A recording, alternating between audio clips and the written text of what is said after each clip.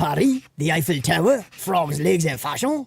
Is that all you know about France? Oh, of course you know that France is inhabited by the French. But where do they come from? How have they influenced history? And what kind of footprints have they left behind? Who the heck are the French? Well, now you'll know.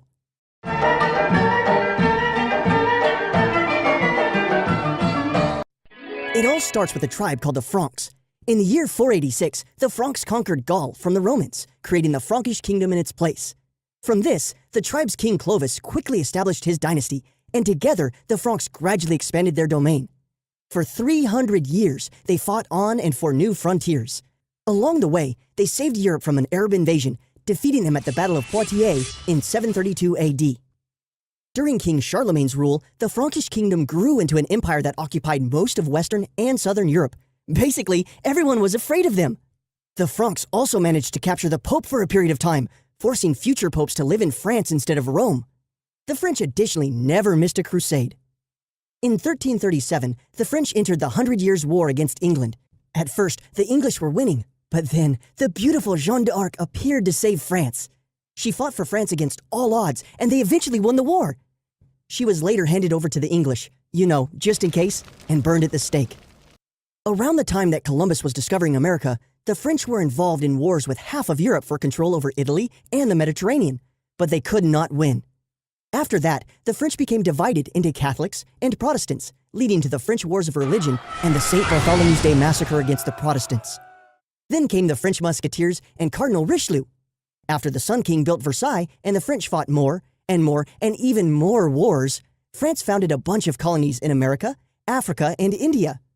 During this time, the Chinese also taught the French how to eat frogs' legs.